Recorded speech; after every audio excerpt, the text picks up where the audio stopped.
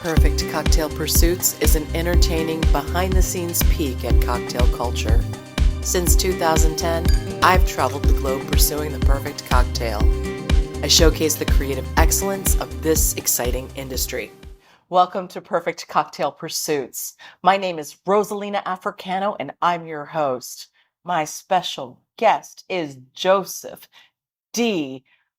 Solice. Solice? It's a delight to have you Thank here. you so much. And I really have to tell you, this is so special. My mom is Rosalina. Is that right? So for me, this is from my It heart. feels really close. We feel like cousins. Family. There you go. Exactly. Family. So we're at Tales of the Cocktail.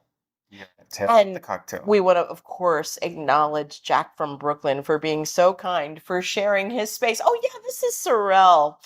Sorrel is a hibiscus liqueur based on his family's recipe. And we are in the Black House by Sorrel. And I'm really grateful that Jack has offered to share space so that I can have a beautiful spot to interview here at Perfect Cocktail Pursuits. Last year, I made my splash from my hotel room. So I can't tell you how grateful I am to have a different space to interview. Yeah. We always start Perfect Cocktail Pursuits with a cocktail. But you know what? It's tales, and sometimes you just have to bend the rules. So we are enjoying Sure. Sorrel on ice. On ice, on the rocks. And I think it's actually really important. Not only did Jackie open up space, he also opened up sacred space. Yes. Which I think is so important that you and I can have this dialogue authentically in an environment that is so safe for us. It is. And I also want to acknowledge that a product like this, being sorrel to the Caribbean and to Africa, in Latino communities, it's also known as flor de Jamaica. Flora de Jamaica. Flor, a flower from Jamaica. A flower from Jamaica. So if you go to taquerias all around California and Mexico, we actually have the machines that are readily available for a drink of Flor de Jamaica. So this is a really interesting and a very profound connection point on culture. I love it. Yeah. I love it. And you know what? I would really like to hear a little more about your ethnic background. Will you share that with me? Sure. I am blessed to be able to have blood and roots from the Philippines and from Mexico. I'm a product of immigrant parents and who actually met working in the fields in California on lechuga and fresas, which is lettuce and strawberries. So That's fantastic. I am very proud of my roots. I am the first ever to go to college. I am the first ever to take my family, which I consider to be, to the next level in terms of I am the wildest dreams of my ancestors. I was going to just say that. I was just going to summarize that. Yes. You are your ancestors' wildest dreams. I am. Cheers to that. Thank you. Appreciate that. Cheers. So my background is similarly colorful. My dad is Colombian and Italian, and my mom is Filipino and German. And the way that my parents met was through the Catholic Church. Okay. Both sets of grandparents were on embassy duty in the DC area, and they met at a church dance. Love that. So that's how all of the cultures in my background collide, is through the Catholic Church in DC. Such a beautiful mix. Something? God bless your parents. Thank you so much. God bless mom. I want to hear more about you. Sure. So tell me about your company. What's its name? What do you do? And I appreciate that because I know most people that you've had interviewed own brands or, in the industry have different roles. So I'm a very niche situation. Okay. I have worked for some of the biggest brands in the world. I own a company called Sol Hospitality Group. Sol meaning sunshine in Spanish. Of course. Also part of my last name, Solice. Right. Sol Hospitality Group is a very niche company in this business in a sense that we are a liquid to lips agency, meaning we get lips into the consumers that a lot of my clients and the brands that I work with focus on. We do everything from cocktail strategy through cocktail development. We are not your average agency that just does a cocktail and says, here, put it on your menu or work it, do it for your event. We incorporate some very interesting and some much needed things. For example, we are a emotion-based agency. So we like to connect with consumers on an emotional level. We also like to have cultural relevance. So working within African American, Latino, Asian, LGBTQ, whatever that consumer is that's you know, passionate and vibrant, we like to connect on a level with that, from ingredients, garnishes, glassware, to really respect and bring that culture to life. That's fantastic. Thank you. I'm so glad you're here to talk about this. Thank you. Do you mind sharing some of the brands that you've represented? Absolutely. That you represent? Absolutely. Thank you.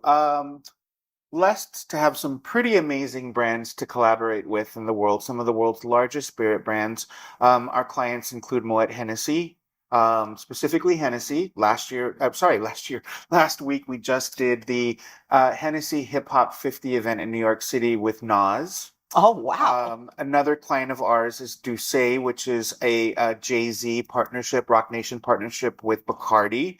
And for the last 3 years, I've worked hand in hand with Mr. P. Diddy himself on everything from cocktail strategy, national events, and even development of flavor profiles for the limited edition flavor bottles. So you have a little bit of experience. Just a little bit. That's fantastic.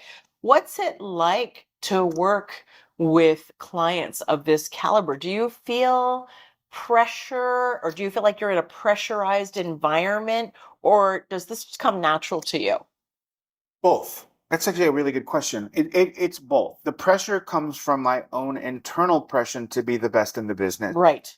It also is a pressure to make sure that I am representing cultures, whether it be African American, as I mentioned, Latinx, Latino, Afro Latino, Caribe, Asian, right? We have a responsibility in this business that oftentimes a lot of these brands don't respect or understand. There's a lot of cultural appropriation in this business. Yes. Brands that don't have permission to play in this space.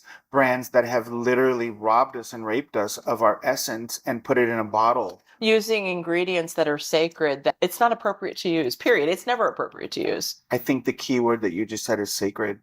That's really important. And unfortunately, commerce over culture oftentimes, but we fight the good fight, and we've worked with, partners, if you would, not just client, but partners, to be able to bring to life and celebrate some of these beautiful cultures that we are, because we are a beautiful people.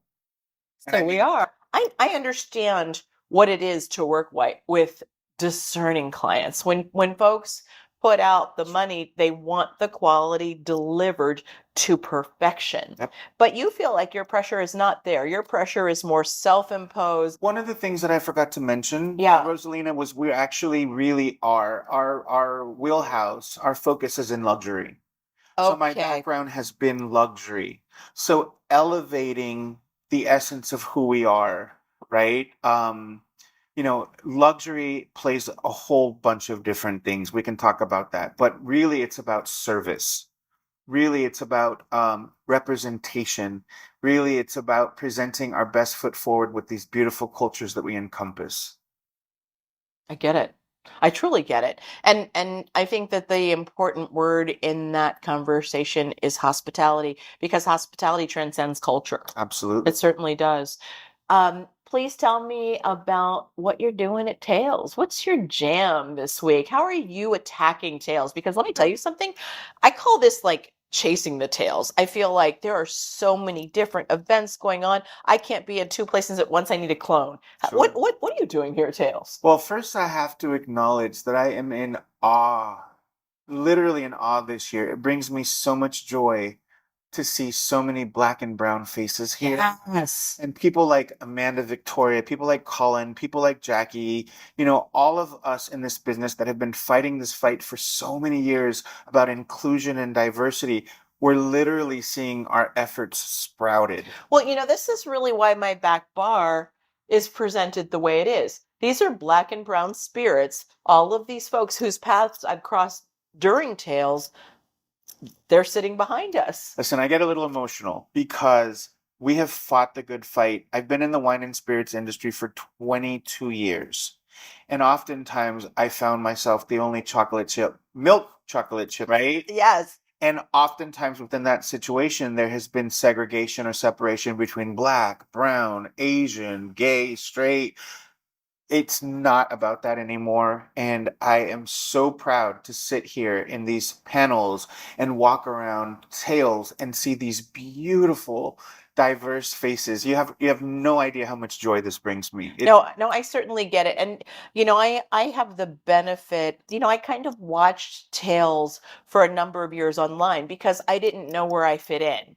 And I watched it evolve. I watched it evolve a couple of years ago for the better. Yeah. And I really felt like all of a sudden when I came last year, I had a place. I I felt, I think, intimidated by Tales before coming last year. And last year was their 20th anniversary. And now they're 21 and old enough to drink. Congratulations, Tales. But all of that to say, I wasn't quite sure either how I wanted to contribute to this industry because I Sure. dig the hospitality industry. I am hospitality. Sure. I've interacted with hospitality in all of my careers. Yeah. So doing Perfect Cocktail Pursuits allows me to exercise muscles in journalism that I haven't done before. So I'm really proud to be able to come to Tales and contribute constructively. Sure. I'm delighted to be here. Well, the community welcomes you wholeheartedly. Yes. Thank you for what you do. Thank you. I appreciate it. Personally and culturally, we appreciate you. This week for Tales is pretty significant. Yesterday, I had an amazing panel. I've had a panel for the last 4 or 5 years, and a lot of it was really about cultural appropriation, fighting for diversity, DEI, multicultural, and we have a lot of work to do. We are not even close for that. But we're working. We're working. We're working. That's what you're seeing here today. Mm-hmm. But what I chose to do this year is pivot. And I chose to take a look at, okay, so when it does go right and it does go well, let's celebrate those people who are doing that. So I had a panel this year with 4 very important people into this business. One of them, Amanda Victoria, who literally is the brand ambassador's ambassador. She's Right. for every brand as a brand ambassador, OG, who launched a ready-to-drink whiskey concept on her own, which is not easy to do, as We're you know. acquainted. You're acquainted. We're acquainted. Absolutely. I also featured Tiffanie Barriere, who is the drinking coach, who is one of the most incredible human beings, to show these new bartenders, new Black, brown, LGBTQ women, whatever, the whole the whole circle, that there are multiple things and multiple pathways to do beyond the brand ambassador role. Right. So you're a bartender now, you want to be a brand ambassador, you're a brand ambassador. What's next? If you choose to be behind the stick and open your own bar or be a bartender for the rest of your life, amen. I love you and I'm going to come to your bar and I'm support you. But there's a lot of opportunities outside of that that people don't know about. And you can't know about it if you don't see the examples who are set before you. Either that or you're that pioneer coming through and busting down doors. Yep. But if you bust down doors, this is Jackie's story. If you bust down doors and it's not easier for people who follow you, then you're not doing your part. Absolutely. I like that. And the 2 other people on my panel that I really need to acknowledge, a colleague of mine, Alaina Long, Alaina Long, she's since been married. She started out as a sampler with the tray, literally sampler, who has then become the SVP of global marketing for Combs Enterprises and Diageo. That's a big, huge. As a Black woman, yes, I love her and I champion her. And the last person who was on our panel was Rebecca Quiñonez, who I hired in 2006 for a tequila ambassador program for Diageo, who became a global sensation with Zacapa Rum, and a global ambassador who then launched her own consulting company, who now is working with the Café La Trova team. They just launched a new cigar. So we are celebrating. The name of the panel that we did was Give Them Their Flowers. And it was my intention to highlight, to celebrate these folks that have literally not only worked their way up and broke through the glass ceiling, but have succeeded and have created a blueprint, a template for future Black and Brown ambassadors to know that, one, you matter, two, you're great, and three, the world is yours. Right. There are a few people that I have crossed the path of recently, and you're one of them. Wow. What I hear from you, what I mean by that is you have a very specific personality. You have evolved in your career. You start in your career and you want to be noticed, and then you move into your career and you've had accomplishments.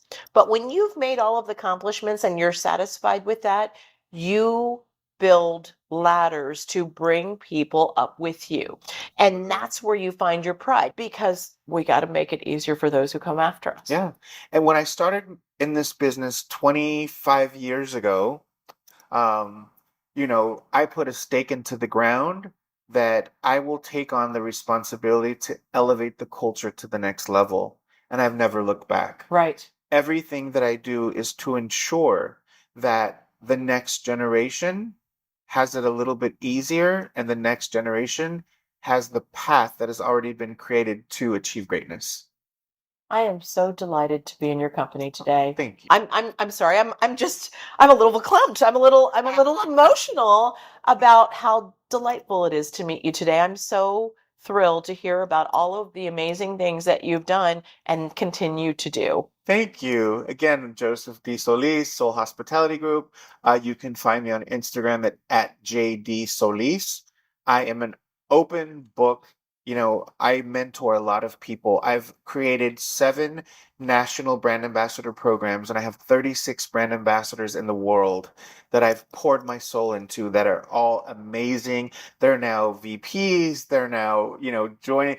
They're contributing to the culture as well. So my commitment will always be to empower and to instill greatness. That makes my heart swell. That's delightful. Thank you. This is Perfect Cocktail Pursuits. My name is Rosalina Africano, and I'm your host, and I'm so delighted to have had a chance to chat with Joseph D. Solice. Thank you. Thank you for joining us, and cheers. We'll see you next time.